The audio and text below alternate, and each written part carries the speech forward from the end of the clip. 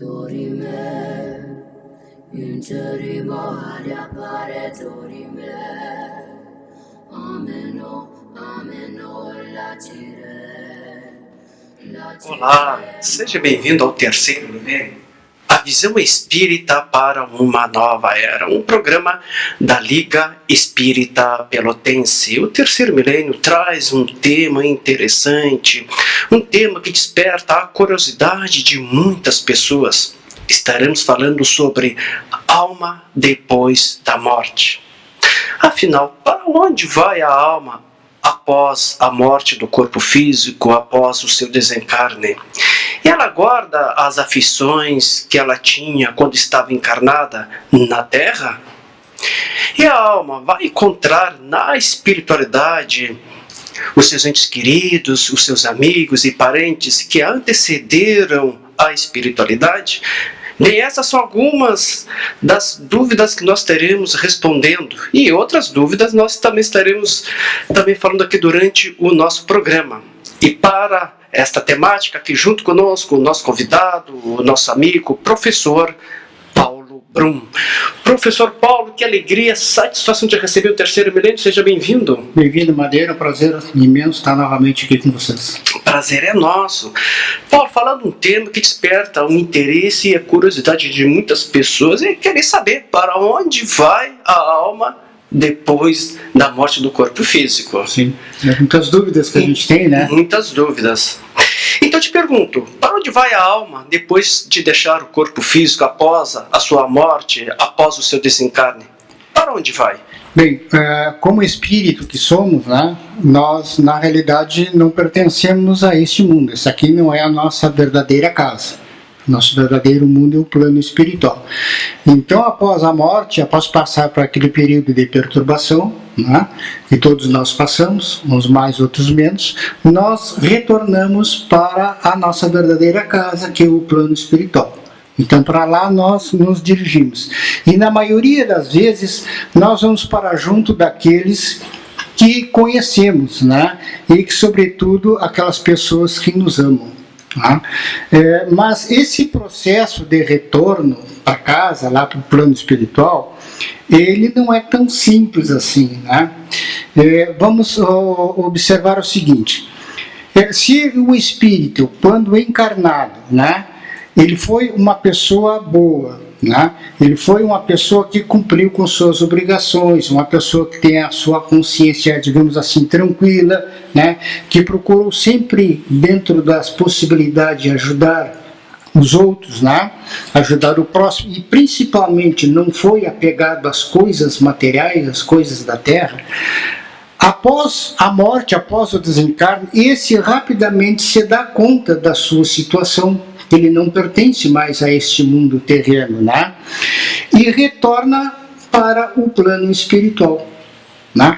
Então, ele retorna e vai para o convívio daqueles, né, aos quais ele se afiniza, com seus conhecidos, com seus amigos e principalmente com os seus familiares, né? Agora tem aquelas outras pessoas que, ao contrário, levaram uma vida, digamos, muito material, uma vida muito sensual, né? Que só se importaram, digamos assim, consigo mesmo, né? Que foram egoístas, que foram, digamos assim, invejosos, que foram orgulhosos, que não fizeram qualquer tipo de caridade, né? Então, esses aí, muitas vezes, após o desencarne, eles nem se dão conta, nem sabem que já deixaram o corpo físico, né? Então, não raro, essas pessoas que desencarnam nessa situação, elas voltam para suas casas aqui na Terra mesmo, voltam para o seu lar, né? E muitas vezes não entendem por que os seus familiares não lhes dão a devida atenção, né? Um segundo caso. E temos aqueles outros ainda que sabem da sua situação, sabem que já desencarnaram, sabem que não pertencem mais ao mundo dos espíritos, mas não se conformam com essa passagem, não aceitam de maneira nenhuma essa passagem, né? Então, o seu apego à terra é tamanho que preferem, então, ficar por aqui mesmo. Então, cada caso é um caso. A gente está vendo que cada caso é um caso. Não podemos generalizar. Não, de maneira nenhuma. Exatamente. E, Paulo, e conserva a alma as aflições que tinha na vida terrena? Ela conserva as suas aflições? Bem, as aflições morais, ela conserva. Né? As materiais não, porque não tem mais necessidade disso, mas as aflições morais ela conserva. Né? Então, por isso ele vai procurar aquelas pessoas que são os seus afins, aquelas pessoas que têm uma certa afinidade com ele, né? Vão procurar os seus amigos, seus parentes, e sentem-se assim, de uma maneira geral, felizes com a lembrança dessas pessoas. Então eu te pergunto, conserva a alma a lembrança do que ela fez na Terra? Tem ela ainda interesse pelos trabalhos que não pôde completar? Bom, aí vai depender, digamos assim, da elevação, né? E vai depender também da natureza desses trabalhos. Porque os espíritos desmaterializados, que já estão completamente desmaterializados, eles não se preocupam mais com essas coisas materiais, né? E eles se acham felizes por estarem já livres da matéria, né? Agora, aqueles outros não. E quanto aos trabalhos, esses trabalhos que eles fizeram e não completaram, deixaram por realizar aqui na Terra, né? Se esses trabalhos realmente são importantes, e se eles têm, digamos assim, uma relevante utilidade, o que acontece?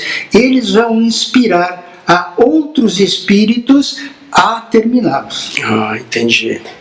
Certo, Paulo, e encontra no mundo dos espíritos, no caso a alma encontra lá no mundo dos espíritos os seus entes queridos, os seus amigos, os seus parentes que antecederam a espiritualidade? Com certeza. Encontra? Com certeza. Não só os seus entes queridos, seus parentes, como muitas outras pessoas conhecidos seus de outras encarnações passadas, né? Geralmente, aqueles, digamos assim, que o amam, geralmente vem recebê-lo quando ele está chegando à espiritualidade, aquele pessoal, principalmente a sua família, vem ao encontro dele receber o seu retorno, né? Então, e ajudam também, através lá na espiritualidade, a ele se desprender também de algum resquício ainda material que ele possa trazer, tá?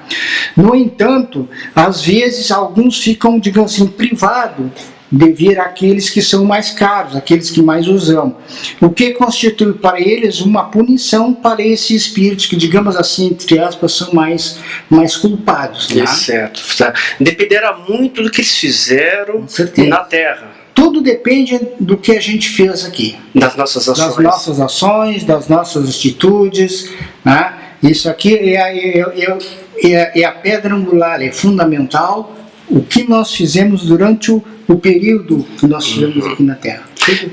Perfeito. E progridem as almas intelectualmente depois da morte do corpo físico? Elas progridem intelectualmente lá no mundo dos espíritos? Nós estamos progredindo sempre. Tanto aqui no mundo físico como no mundo espiritual. O progresso é contínuo. O progresso é contínuo, elas progredem. Agora, o que acontece? Elas vão progredir mais ou vão progredir menos, dependendo da sua vontade.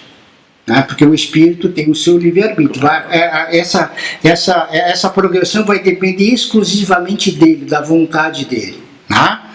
Então, alguns se adiantam bastante. Porém, embora esses que se adiantam, eles têm necessidade de colocar isso em prática. Nós só colocamos as coisas em prática reencarnando, voltando à vida corporal. Né? Então nós temos que colocar em prática, retornando à vida corporal. Tudo que nós aprendemos, tanto na parte da ciência, quanto na parte da moralidade. Claro. Né? E aqueles que ficam estacionários, aqueles espíritos mais rebeldes, que não querem progredir, que não querem estudar, o que acontece? Eles vão recomeçar uma nova existência igual àquelas que eles, digamos assim, terminaram, né? Aos que progrediram, eles vão alcançar uma reencarnação, ou uma ordem, digamos assim, mais elevada, de acordo com o progresso que eles tiveram. Claro, e aí te faço uma contrapergunta: esse retorno da alma para o corpo físico, para uma nova reencarnação, e esse retorno não é igual para todos, né? Uns podem retornar daqui a 50, 30, 100 anos, 200, isso. Até mais, né? Até mais. É muito, digamos assim, muito variável, né? Muito Uns variável. retornam muito rápido, inclusive, outros demoram 50, 100 anos ou até mais. Né? Isso vai existe uma regra. Não existe mais, conforme as necessidades, Conforme as necessidades, porque a gente sabe, né? Porque tem muito espírito que quer reencarnar. A fila é muito grande, né? Enorme. Então, por isso que a gente tem que aproveitar bastante essa nossa reencarnação que nós temos aqui. Aproveitar ao máximo. Porque quando nós chegarmos do lado de lá, nós vamos dar conta, se dar conta das besteiras que a gente fez, das coisas que a gente tinha que fazer e não fez. E a gente vai ficar louco para retornar. E de repente tem muita gente na fila. Tem né? bastante. Então, de repente, a gente vai ter que esperar um bocado. Nós temos que aproveitar o tempo que já estamos aqui, o máximo. No tempo que estamos aqui. E não jogar fora esse tempo, Exatamente. que é valoroso. Valoroso. Por isso que a gente pergunta qual é a nossa melhor reencarnação atual. É atual. É agora. Esse é o nosso melhor momento. É o nosso melhor momento. Então não vamos jogar fora.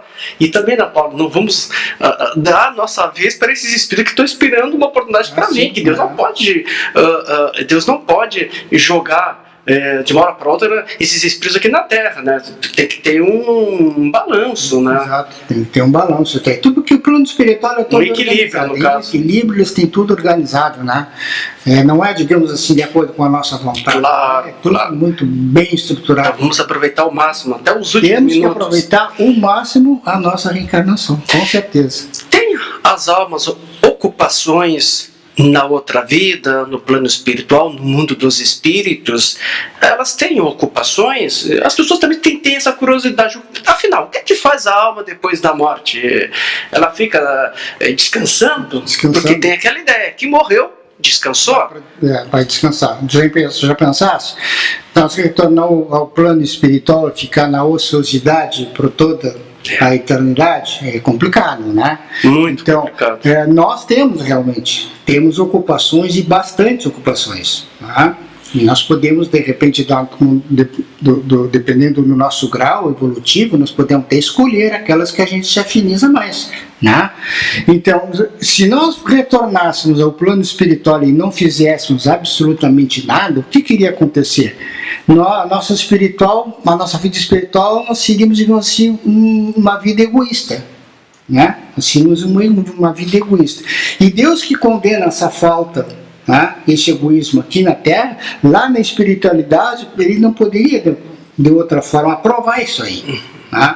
Então, nós temos atividades, nós temos muitas ocupações para fazer, agora depende de nós, né? E vai depender essas ocupações daquilo que a gente vai escolher e vai depender do nosso grau de adiantamento, né?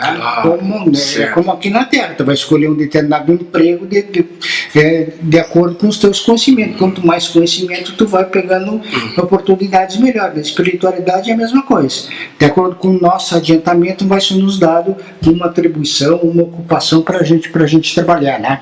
E ao mesmo tempo que a gente está se ocupando, que a gente está trabalhando, nós estamos procurando nos instruir e nos tornarmos cada vez melhor. Claro. E isso que tu está nos falando, Paulo, vem de encontro daquilo que a gente encontra no livro O Nosso Lar, um livro que foi psicografado pelo médium Chico Xavier, ditado pelo espírito André Luiz, que depois foi levado para as telas do cinema e mostra a ocupação dos espíritos em suas ocupações no plano espiritual. Com certeza. Ali está bem claro, né? Está bem claro. Cada um com a sua ocupação, cada um com seus afazeres, né? E ali uma coisa que chama bastante atenção no filme é que o André Luiz já queria chegar por cima, né? Sim. Chegar por cima. Aí deram um paraquedas nele e começou com uma vassourinha a limpar ali, né? Então, não é bem assim. Essa outra questão também é que a pessoa que quer chegar por cima pelos seus títulos que teve aqui na Terra, né? Continua esses títulos na espiritualidade? Não, aí não tem valor nenhum, não. Na espiritualidade não tem valor? Nos títulos, absoluta. Tem valor, tem o bem que a gente fez. A ajuda que a gente prestou ao nosso próximo. Tudo de bom que a gente faz, as nossas virtudes, isso é o que vai pesar. Agora, títulos não quer dizer nada. Pode chegar lá com qualquer maior honraria que tu tiver na terra, não vale uma fichinha, não vale nada. Não vale nada? Não. Claro, como tu disseste, se a gente usou bem esses títulos aqui na terra, nesses conhecimentos que a gente adquiriu, vai ter valor na espiritualidade. Se fez bem uso, se dedicou ao bem. Sim, se dedicou ao bem, né? Se trabalhou no sentido de ajudar as pessoas, claro. Né? Se foi uma pessoa que tem a sua consciência tranquila, né? Então aí ele vai ter os seus méritos. Claro. Então, aí sim. Os títulos na espiritualidade são as conquistas morais, as conquistas do bem. As conquistas morais. E isso realmente que vai pesar na nossa caminhada. Né? Porque nós progredimos tanto moral quanto moralmente como intelectualmente. Agora nós progredimos muito mais rapidamente na forma intelectual, né, do que na parte moral. Por quê? Porque a moralidade, ela envolve sentimentos. E quando toca sentimentos é difícil. A gente tem muita dificuldade. Né? Então a gente vai muito bem com as pessoas, se dá muito bem, mas de repente pisa no nosso calo e a gente perde as estribeiras. Então é difícil tratar essa parte de sentimentos. E a moralidade envolve muito isso também. Né? Então por isso que o progresso é mais, digamos assim, mais lento possível. Mas vai chegar um tempo que que nós vamos chegar lá, os dois vão estar praticamente iguais. Vai demorar um pouquinho, mas nós vamos chegar com certeza. Mas depende de cada um de nós, a gente se esforçar também, né? Com certeza, né? Bom, na outra vida, o estado intelectual e moral da alma da criança morta em tenridade. Suas faculdades conservam-se na infância como durante a vida. Muitas pessoas também têm essa curiosidade quando uma criança ela desencarna em tenridade, Paulo. Acontece assim, Madeira, que como criança, né, e como tal, o incompleto desenvolvimento dos seus órgãos, ela não dá ao espírito a liberdade de se manifestar completamente. Tá? Então o que é que acontece? Quando o espírito se livra do corpo, as suas faculdades até então que ele tinham antes de encarnar, elas digamos assim, ele recobra normalmente essas faculdades que ele tinha, né? Porque ele não teve tempo, porque a criança desencarnou muito cedo, certo. Então não teve tempo de desenvolver isso aí, de dar essa oportunidade para o espírito desenvolver. Agora, quando ele desencarna, ele recobra automaticamente o que ele era antes, todas as suas faculdades, né?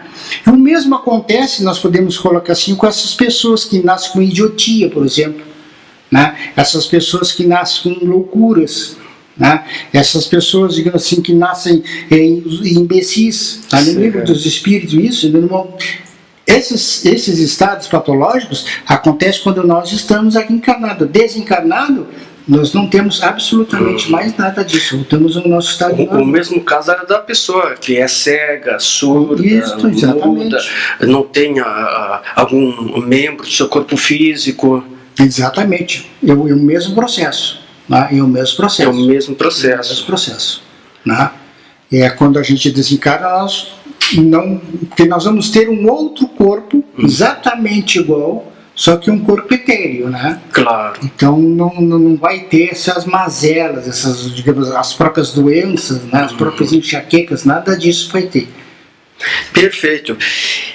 Professor Paulo, dentro dessa temática, alma depois da morte, lhe pergunto, em que consistem os sofrimentos da alma depois da morte? Irão as almas criminosas ser torturadas em chamas materiais? Porque alguns segmentos religiosos até assustam as pessoas. E assustam, exatamente. Né? Que alguns, se tu não caminhar direitinho, tu vai queimar naquelas chamas. O que podemos falar sobre isso? Mas sabe que hoje, Madeira, atualmente, a própria igreja, ela já reconhece, né, no caso, né, que o fogo do inferno ele é todo moral e não mais material. Ela está reconhecendo isso aí, né? Esse fogo que antigamente ela achava que era um fogo material, não, é um fogo moral. Né? No entanto, ela não define, digamos assim, a natureza desses sofrimentos. Claro. Né? O que a doutrina espírita, através das comunicações mediúnicas, ela nos vem trazer uma luz a respeito desse sofrimento, que os espíritos se comunicam e dizem qual é o seu sofrimento e por que estão sofrendo. Né? Isso a doutrina espírita nos diz. Né?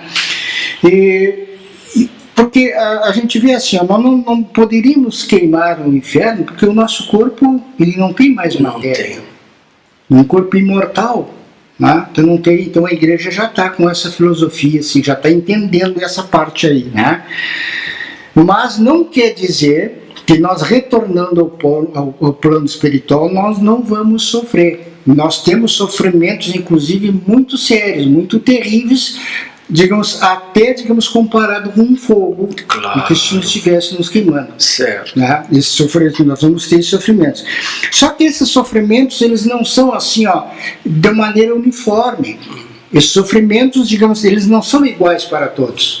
Né? Vai depender muito de cada um de nós. É como aquilo que nós estávamos falando, vai depender muito das nossas atitudes, do que a gente fez. É porque a gente sofre na espiritualidade é quando a gente errou muito aqui. Claro. Né? Se a gente não errar muito, nós não vamos sofrer tanto. Né? Então, isso vai depender da natureza e do grau das nossas faltas que nós cometemos.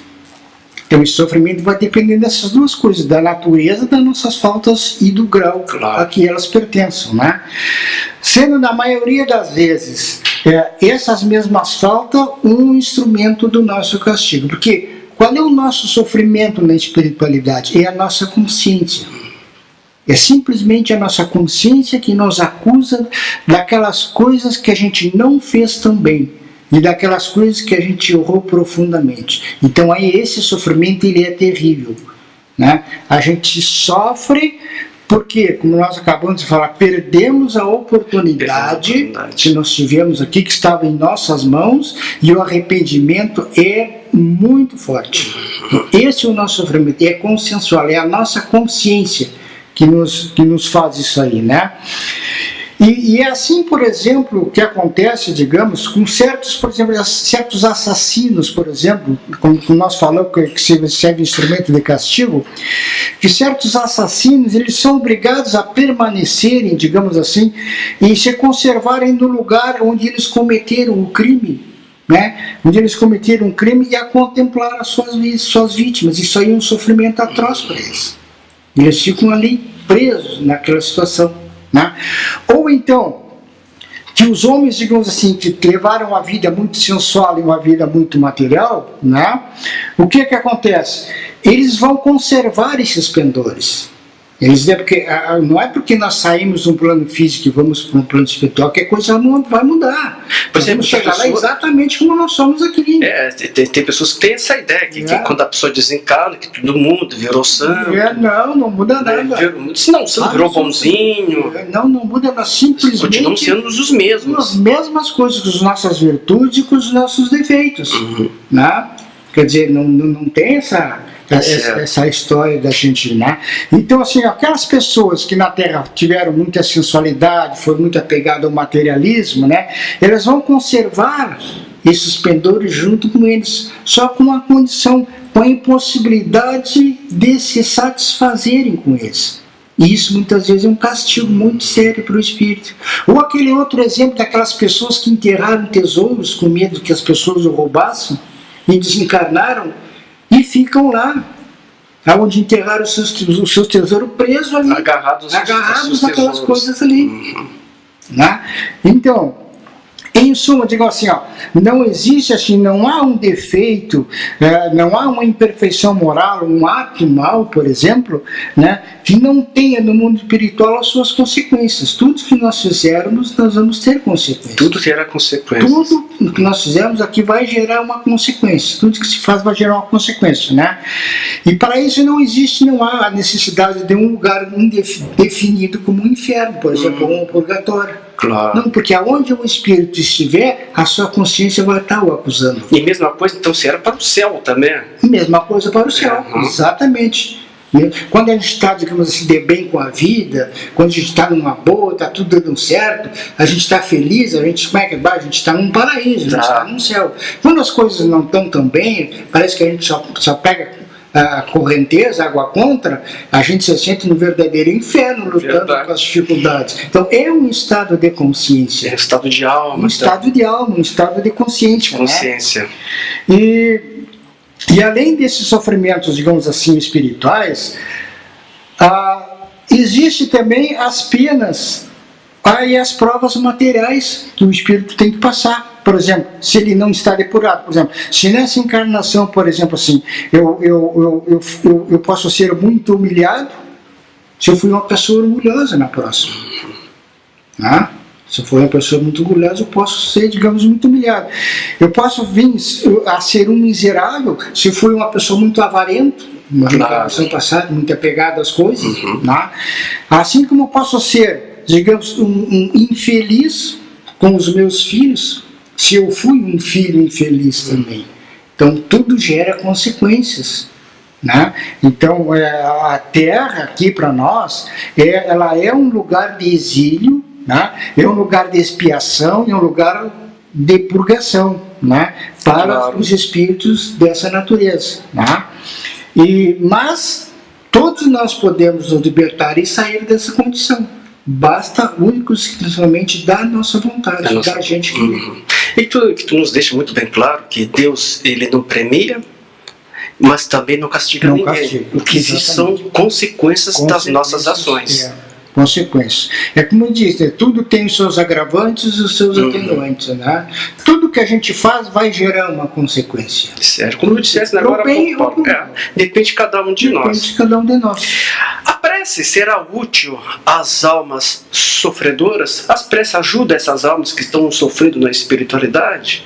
A prece ela é útil em qualquer circunstância. Em qualquer circunstância. Em qualquer circunstância, né? E é por isso que os bons espíritos a recomendam, né? E os imperfeitos, aqueles que estão em sofrimento, pedem. Isso aí nós estamos acostumados a presenciar em mesas mediúnicas. De repente o espírito está sofrendo e pede que se façam preces por ele, né, para amenizar o seu sofrimento. Né? Então, é como um meio de aliviar esse sofrimento, né?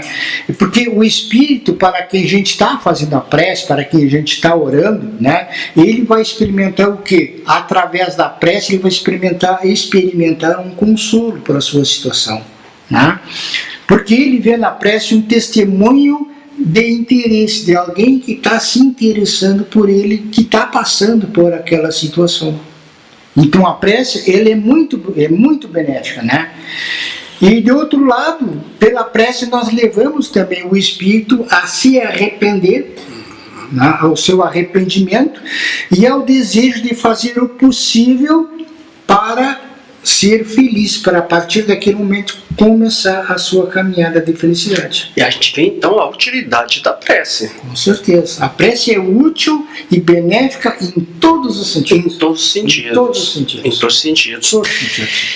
Professor Paulo, em que consistem os gozos das almas felizes? Passam elas a eternidade em contemplação? Em que consistem os gozos das almas felizes? Aquilo que nós mais ou menos reportamos há pouco tempo, né? Se nós ficássemos na ociosidade, nós seríamos egoístas, né? Agora não, a recompensa que nós vamos ter, ela é proporcional ao mérito que nós tivemos. Né? Assim como também a punição é proporcional às nossas faltas. Claro. Né? Tudo tem a sua proporcionalidade. E os gozos da alma, eles não são, digamos assim, infinitos. Porque desde o momento em que o Espírito, e nós, como Espírito, entramos no caminho do bem, né? Até o momento em que nós vamos atingir a nossa perfeição, né? Nós vamos, digamos assim, tendo as nossas recompensas, tendo os nossos gozos, né? Eles vão cada vez mais evoluindo, a gente vai indo crescendo, né? Vai indo crescendo. Porque a felicidade, digamos assim, dos bons espíritos, daqueles que foram bons, né?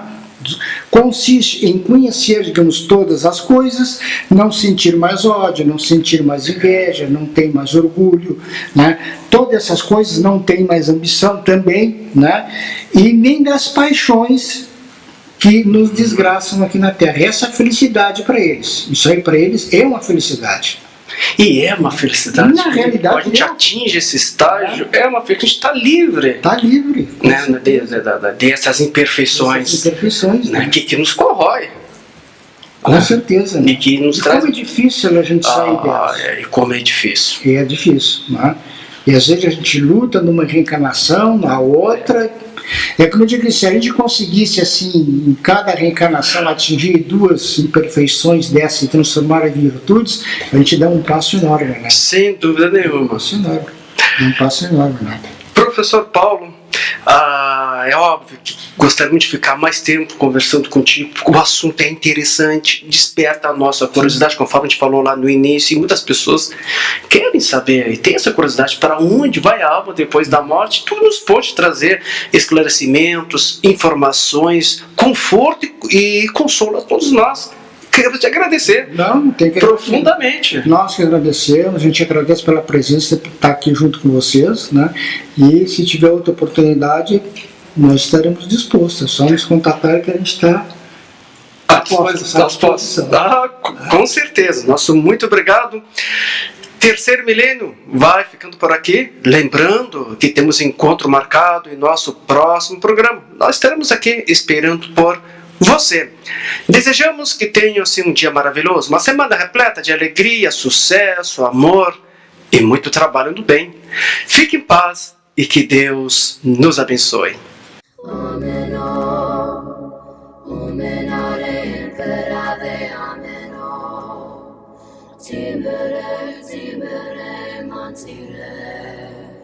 Mantire mo